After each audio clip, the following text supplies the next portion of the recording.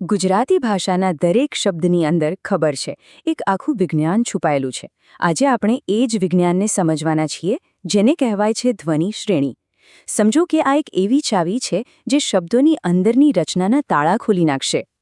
ક્યારેય વિચાર્યું છે કે ક કે માં જેવો કોઈ અક્ષર એ ખરેખર એટલો સરળ છે જેટલો દેખાય છે? ના, એની અંદર તો સ્વર અને વ્યંજનની એક આખી દુનિયા વસેલી છે. તો ચાલો આજે આ કોડને ડીકોડ કરીએ. તો આપણે કેવી રીતે આગળ વધીશું? સૌથી પહેલાં સમજીશું કે ધ્વનિ શ્રેણી છે શું, પછી કેટલાક સરળ શબ્દોને તોડીને જોઈશું.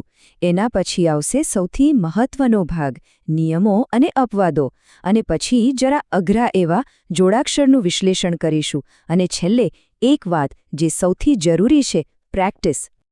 તો ચાલો શરૂ કરીએ આપણા પહેલા વિભાગથી. આખરે આ ધ્વનિ શ્રેણી છે શું? શબ્દોનો પાયો શું છે? એકદમ સરળ ભાષામાં કહું તો ધ્વનિ શ્રેણી એટલે કોઈપણ અક્ષરનું ઓપરેશન કરીને એમાંથી સ્વર અને વ્યંજનને છૂટા પાડવા. એટલે કે દરેક અક્ષરમાં કયો સ્વર અને કયો વ્યંજન સંતાયેલો છે એને શોધી કાઢવું. આ તો જાણે શબ્દોનું સાઉન્ડ એન્જિનિયરિંગ છે. હવે આ જુઓ, આ બહુ જ રસપ્રદ છે. આખી ભાષા કેવી રીતે બને છે એનો આ પિરામિડ છે. સૌથી નાનામાં નાનો એકમ છે ધ્વનિ.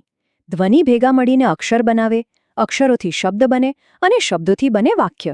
બધું એકબીજા સાથે જોડાયેલું છે.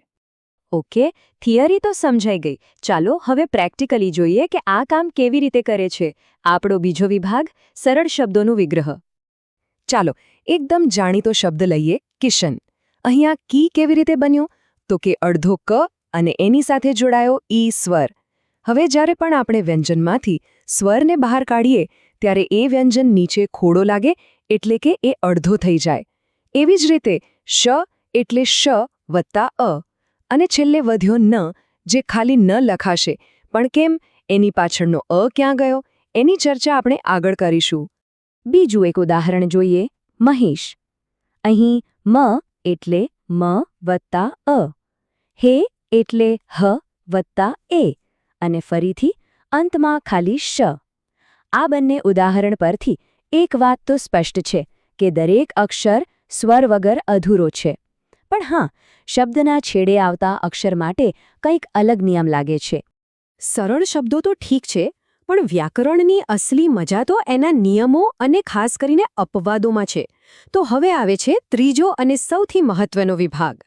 લો, આવી ગયો પેલો નિયમ જેની આપણે રાહ જોતા હતા. મહેશ શબ્દના છેડે શ બોલીએ છીએ, પણ એની પાછળ રહેલો અધ્વનિ આપણે લખતા નથી. ગુજરાતીના મોટાભાગના શબ્દોમાં આવું જ થાય છે.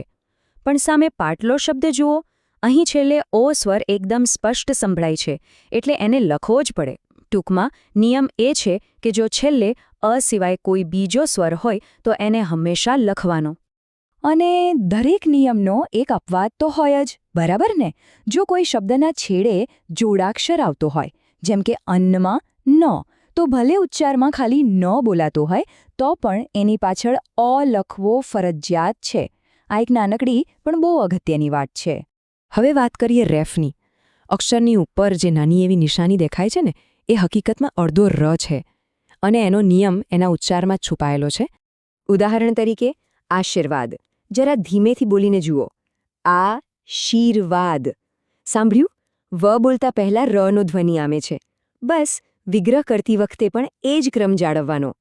રેફ જે અક્ષરની ઉપર દેખાય એનાથી પહેલા લખાય. એકદમ સિમ્પલ. અનુસ્વાર એટલે કે માથે મીંડું. આ થોડું ગૂંચવણભર્યું હોઈ શકે છે. જુઓ, બિંદુમાં એનો ઉચ્ચાર એન જેવો થાય છે, પણ સંપ બોલીએ ત્યારે એ મ જેવો સંભળાય છે. આનો કોઈ પાક્કો નિયમ નથી. બસ એક જ રસ્તો છે, સાચો ઉચ્ચાર. જેવું બોલાય એવું જ લખાય. અને હવે આપણે આવીએ છીએ સૌથી પડકારજનક ભાગ પર, ચોથો વિભાગ, જોડાક્ષરનું વિશ્લેષણ. આ 4 જોડાક્ષરો એવા છે જે વારંવાર સામે આવશે. જેમ કે ક્ષ એ ખરેખર ક અને શનું મિશ્રણ છે, અને જ્ઞ એ જ અને જ્ઞથી બનેલો છે. આ 4ને જો યાદ રાખી લઈએ ને તો અડધું કામ તો એમ જ સહેલું થઈ જાય. ચાલો હવે આ નિયમોને નક્ષત્ર શબ્દ પર અપ્લાય કરીએ. ન એટલે ન વત્તા અ, ક્ષ એટલે આપણને ખબર છે ક વત્તા શ વત્તા અ, અને ત્ર એટલે ત વત્તા ર વત્તા અ. જોયું? નિયમ ખબર હોય તો ગમે તેવો જટિલ શબ્દ પણ કેવો સરળતાથી છૂટો પડી જાય છે. પણ બધા જોડાક્ષરો પેલા કોષ્ટકમાં નથી હોતા. હવે આ શબ્દ જુઓ, બ્રાહ્મણ. અહીં બ્રા બોલીએ ત્યારે કયા બે ધ્વનિ સંભળાય છે? બ અને ર, અને માં હ અને મ સંભળાય છે. એટલે ફરી પાછા આપણે આવી ગયા આપણા મૂળ મંત્ર પર. ઉચ્ચારણ જ આપણો સાચો ગાઈડ છે. તો આ બધા નિયમો, ઉદાહરણો અને અપવાદો જોયા પછી આ બધાનો સાર શું છે? આપણો પાંચમો અને અંતિમ વિભાગ, મહાવરો જ મુખ્ય. આખા વિશ્લેષણનો સાર બસ આ એક જ વાક્યમાં છે. જ્યારે પણ કોઈ શબ્દમાં ગૂંચવણ થાય, બસ એ શબ્દને મોટેથી બોલીને સાંભળો. એમાં છુપાયેલા વ્યંજનો અને સ્વરો જાતે જ સામેથી કહેશે કે અમે અહીંયા છીએ. તો હવે પછી જ્યારે પણ કોઈ નવો ગુજરાતી શબ્દ વાંચો કે સાંભળો, ત્યારે 1 સેકન્ડ માટે અટકીને વિચારજો. આની અંદર કયા કયા ધ્વનિઓ છુપાયેલા છે? કયા શબ્દનું વિશ્લેષણ કરવાનો પ્રયત્ન કરશો?